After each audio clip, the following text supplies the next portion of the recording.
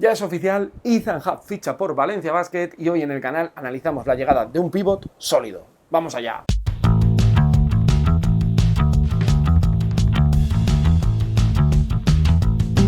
Muy buenas, bienvenidos a mi canal, hablemos de básquet, hablemos de Valencia Basket, otro fichaje confirmado y en este caso para hablar de la figura de Ethan Happ, el jugador norteamericano con pasaporte comunitario, que esto creo que ha sido una de las claves que ha convertido su fichaje en una realidad y que llega después de una muy buena temporada en Gran Canaria. Vamos a hablar de él, vamos a comentar detalles de un jugador que llega para completar ese juego interior de altísimo nivel que está construyendo Pedro Martínez en su equipo y que sirve, bueno, pues que se suma a los Nick Cestina, Branco Badio y compañía dentro de un mercado de fichajes bastante divertido y bastante rápido, se está moviendo el equipo de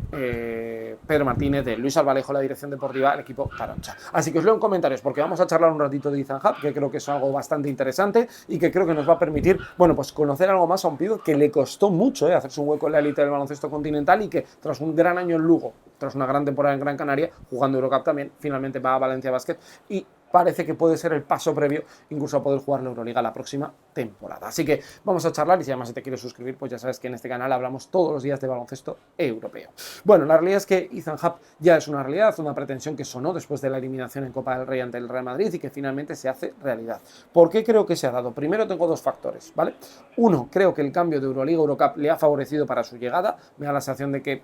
Ethan Happ hubiera sido una apuesta un poco arriesgada para ser un pívot titular o un pívot importante en Euroliga. Esta sensación tengo yo al menos, y creo que en Eurocup, en ese escalón que además ya ha competido esta campaña, lo conoce bien. Y por otro lado, su condición de comunitario, que creo que le ha lastrado en algunos momentos de su carrera. Ha conseguido pasaporte de Macedonia del Norte, que además recuerdo estar en Málaga y ver la convocatoria de Macedonia del Norte para incluirlo dentro de su roster, y bueno, pues ocupó esa posición de center y finalmente esa posición de comunitario pues le da una ventaja competitiva ahora mismo en la ACB absolutamente brutal.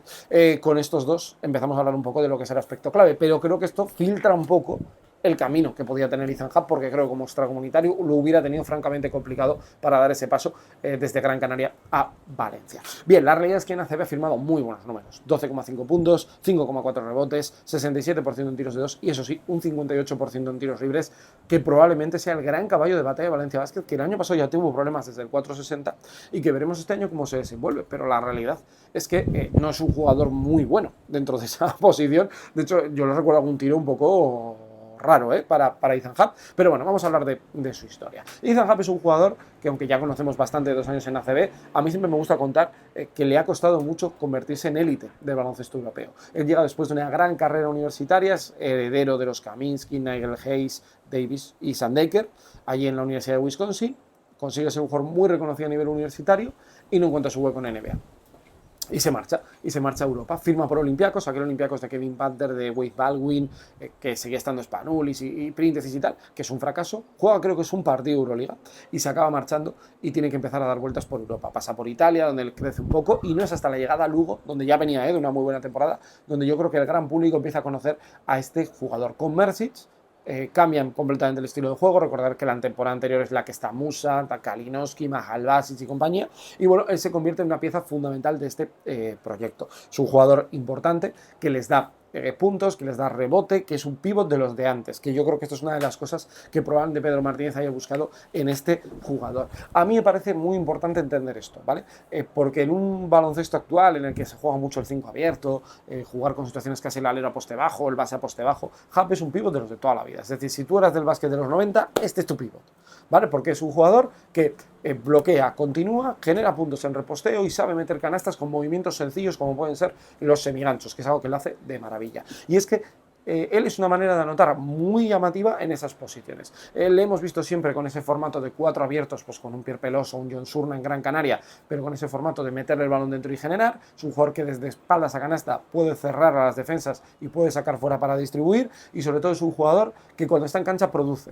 Tiene que tener el balón en las manos, obviamente, pero es un jugador que produce, y esto creo que es algo que le puede interesar bastante a lo que está buscando Pedro Martínez, que ya miraba gente que pueda abrir la pista, pero necesitaba una referencia interior, y creo que en Eurocup y en ACB un jugador como Ethan Happ puede dar un buen rendimiento. A mí me gusta mucho en esas cuestiones de 2 para 2, y creo que ahí, bueno, pues con la figura de Branco Badio, los jugadores que se está hablando, Jovic también, ¿no?, que es un jugador muy bueno en situaciones de bloqueo y continuación, puede sacar un gran rendimiento Valencia Basket. Él además bloquea, continúa y utiliza muy bien el cuerpo para sellar, para ganarse el espacio, ganar el puesto y arriba sacar la canasta, la falta, el tiro adicional o las dos cosas. Por eso digo que es llamativo lo del tiro libre, ¿no? Que es algo que creo que debería mejorar de manera urgente, porque la realidad es que es un jugador que va mucho a la línea y creo que es un jugador que ahí debería mejorar y por lo menos colocarse en un 70-75%, que es más o menos aceptable ahora mismo para el baloncesto de élite. En esas situaciones de reposteo, ya sea con un pase ahora de Nate Sestina, del jugador que esté, un Ojeley, un jugador así, puede tener muchas ventajas y creo que en ese formato de 1 por dentro y 4 abiertos puede encajar absolutamente de maravilla. Y sobre todo la solidez. Es un jugador que rebotea, es un jugador que ha estado en casi 6 capturas por encuentro jugando en la Liga CB, que no es nada sencillo, sinceramente lo digo, y creo que en ese sentido lo que ficha Valencia Basket es completar el juego interior con un pívot más tradicional para compaginarlo con todo lo que está organizando a su alrededor, ¿no? Hemos visto, ¿no?, como Ojeley renovó, Nate Sestina llega para ser importante, quiero ver los minutos que tenga con Pradilla, a mí me da la sensación de que ahí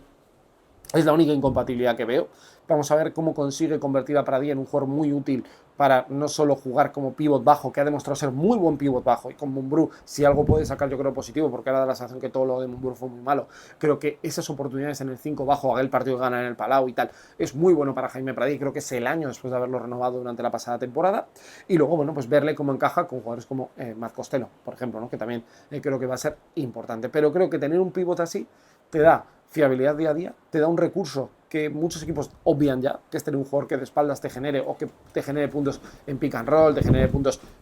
porque no es un jugador especialmente de hacer muchos mates, pero sí que puede moverse bien con tráfico en la pintura, puede postear bien, tiene lectura de juego, bueno, te da todo ese tipo de cosas y evidentemente no ocupado de una plaza extracomunitaria, que creo que es algo que le podía perjudicar a medio o largo plazo a Valencia Basket, que le ha generado muchos problemas. Además, el tema de tener 3 extracomunitarios, quien no recuerda lo de Webb, lo de Rivero y